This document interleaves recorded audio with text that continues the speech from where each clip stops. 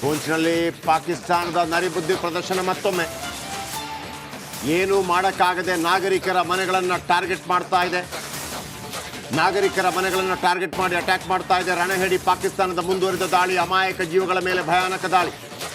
CC ಕ್ಯಾಮರಾದಲ್ಲಿ ದಾಳಿಯ ಭೀಕರ ದೃಶ್ಯ ಸೆರೆಯಾಗಿದೆ. ಯಾವ ಥರ ಮಿಸೈಲ್ ಮತ್ತು ಶೆಲ್ ದಾಳಿಗಳಿರುತ್ತೆ ಅನ್ನೋದನ್ನು ಇಲ್ಲಿ ತನಕ ನಾವು ಹೇಳ್ತಾ ಇದ್ವಿ.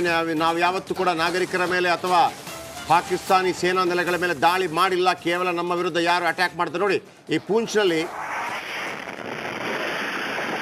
ದಾಳಿಗೆ ಮೊದಲು ಮತ್ತು ನಂತರ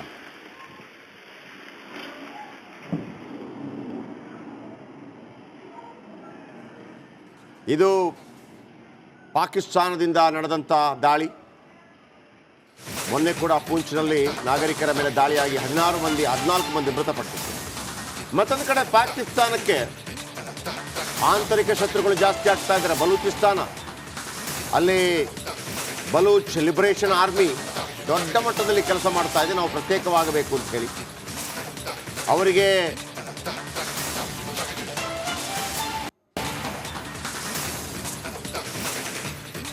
ತಾಲಿಬಾನ್ ಶಾಖೆಗಳು ಕೂಡ ಸಪೋರ್ಟ್ ಕೊಡ್ತಾ ಇದೆ. ಮಿಲಿಟರಿ ಕಾರ್ಯಾಚರಣೆ ವೇಳೆ ಏಕಾಏಕಿ ದಾಳಿ, ಪಾಕ್ ಬೆಂಗಾವಲು ವಾಹನಗಳ ಮೇಲೆ ದಾಳಿ. ಪಾಕಿಸ್ತಾನ ವಿರುದ್ಧ ಬಲೂಚಿಸ್ತಾನ ಸಮರ ಜೋರಾಗಿದೆ. BLA ಹಾಗೂ ಪಾಕ್ ಸೈನಿಕರ ನಡುವೆ ಕಾದಾಟ. ಮಸ್ತುಂಗ್ ಕಚ್ ಪ್ರದೇಶದಲ್ಲಿ IED ಬ್ಲಾಸ್ಟ್. ನಿನ್ನೆ 14 ಸೈನಿಕರನ್ನು ಉಡಾಯಿಸಿತ್ತು. ಮೊನ್ನೆ 7 ಜನ ಸೈನಿಕರನ್ನು. ಮತ್ತೊಂದು ಕಡೆ ಗಡಿ ರಾಜ್ಯಗಳ CMಗಳ ಜೊತೆ ಮೋದಿ ಮಾತುಕತೆಯನ್ನು ಮಾಡ್ತಾ ಇದ್ದಾರೆ. ಒಟ್ಟು 10 ರಾಜ್ಯಗಳು ಬರುತ್ತೆ. ಇನ್ನು ಗುಜರಾತ್, ರಾಜಸ್ಥಾನ್, ಪಂಜಾಬ್ ಈ ರಾಜ್ಯಗಳಲ್ಲಿ ಬ್ಲ್ಯಾಕ್ಔಟ್. ಶಾಲಾ ಕಾಲೇಜುಗಳಿಗೆ ಕೆಲವು ದಿನಗಳ ಮಟ್ಟಿಗೆ ರಜೆಯನ್ನು ಘೋಷಿಸಲಾಗಿದೆ. ಈ ಎಲ್ಲ ಮುಖ್ಯಮಂತ್ರಿಗಳ ಜೊತೆ ದೂರವಾಣಿಯಲ್ಲಿ ನರೇಂದ್ರ ಮೋದಿಯವರು ಮಾತುಕತೆಯನ್ನು ನಡೆಸಿದ್ದಾರೆ.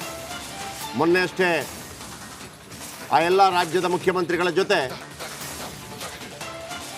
ಅಮಿತ್ ಶಾ ಅವರು ಮೀಟಿಂಗ್ ಮಾಡಿದರು. ಆಮೇಲೆ ಜನಸಂದಣಿ ಇರುವ ಸ್ಥಳಗಳಲ್ಲಿ ಭದ್ರತೆ ಹೆಚ್ಚಿಸಲು ಸೂಚನೆ. ಪ್ರಮುಖ ಪ್ರದೇಶಗಳಿಗೆ, ಅಣೆಕಟ್ಟುಗಳಿಗೆ, ಏರ್ಪೋರ್ಟ್ಗಳಿಗೆ, ವಿದ್ಯುತ್ ಸ್ಥಾವರಗಳಿಗೆ, ಸಂವಹನ ಕೇಂದ್ರಗಳಿಗೆ, ಮಿಲಿಟರಿ ಆಯಕಟ್ಟಿನ ಪ್ರದೇಶಗಳಿಗೆ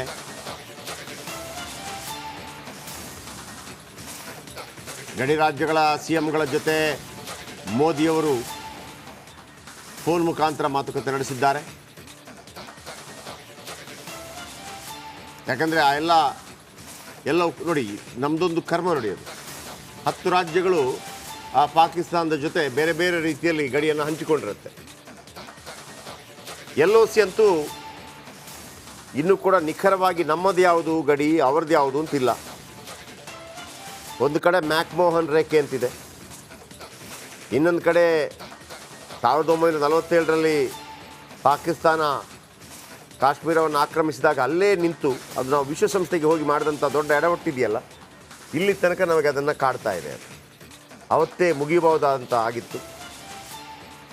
ಆಮೇಲೆ 65ರಲ್ಲಿ ನಡೆದಂಥ ಯುದ್ಧದಲ್ಲೂ ಕೂಡ ನಮಗೆ ಆ POKಯನ್ನು ವಶಪಡಿಸಿಕೊಳ್ಳೋದಕ್ಕಾಗಲಿಲ್ಲ. POK ಭಾಗವನ್ನು ಕೂಡ ಪಾಕಿಸ್ತಾನ ಒಂದು ರೀತಿಯಲ್ಲಿ ಕಸದ ತೊಟ್ಟಿಗಳ ಥರ ನೋಡ್ಕೋತಾ ಇದೆ. ಹಾಗಾಗಿ ಅಲ್ಲಿಯ ಬಲೂಚಿಗಳು ಮತ್ತೊಬ್ಬರು ಇವರೆಲ್ಲ ಸಾಕಷ್ಟು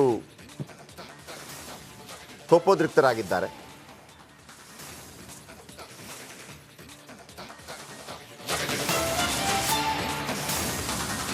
ಗೃಹ ಸಚಿವ ಅಮಿತ್ ಶಾ ನಿವಾಸದಲ್ಲಿ ಸಭೆ ಮುಕ್ತಾಯ ಆಗಿದೆ.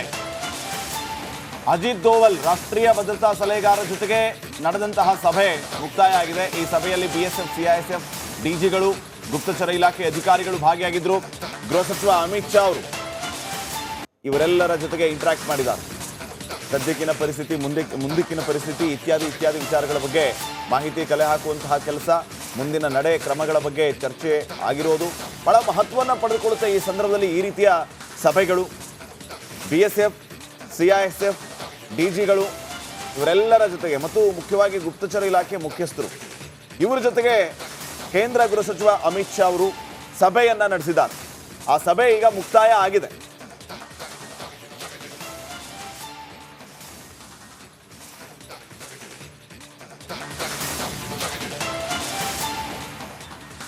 ಪ್ರಧಾನಿ ಮೋದಿ ರಕ್ಷಣಾ ಸಚಿವ ರಾಜನಾಥ್ ಸಿಂಗ್ ಕೂಡ ಭೇಟಿ ಆಗಿರುವಂತಹದ್ದು.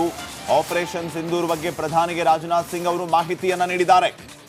ಸೈನ್ಯದ ಕಾರ್ಯಾಚರಣೆಯ ಬಗ್ಗೆ ನಾಯಕರು ಈಗ ಮಾತುಕತೆಯನ್ನ ನಡೆಸಿದ್ದಾರೆ.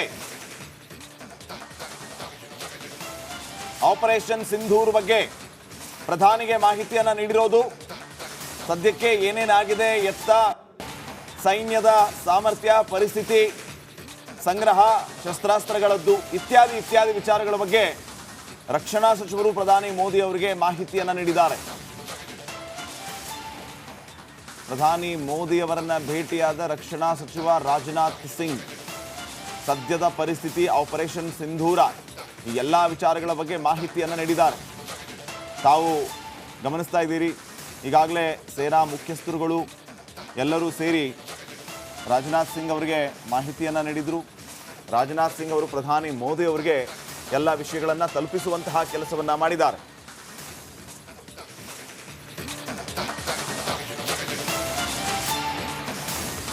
ಕೇಂದ್ರ ಸರ್ಕಾರದಿಂದ ಮತ್ತೊಂದು ಮಹತ್ವದ ಹೆಜ್ಜೆ.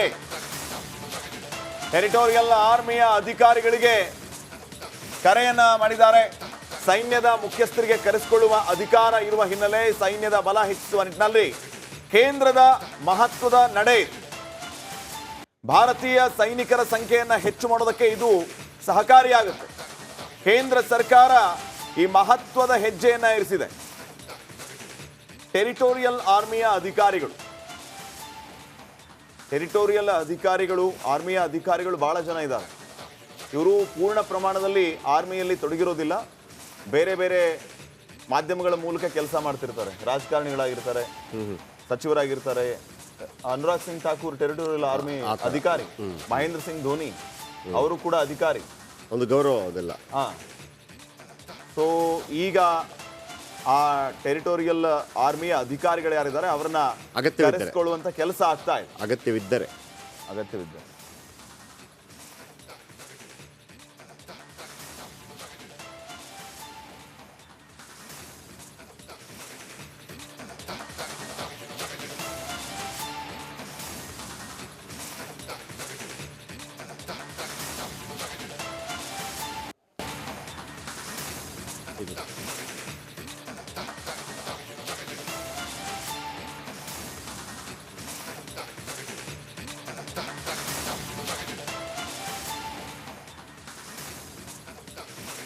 ಭಾರತ ಮತ್ತು ಪಾಕ್ ಉದ್ವಿಗ್ನತೆ ಹೆಚ್ಚಾಗಿದೆ.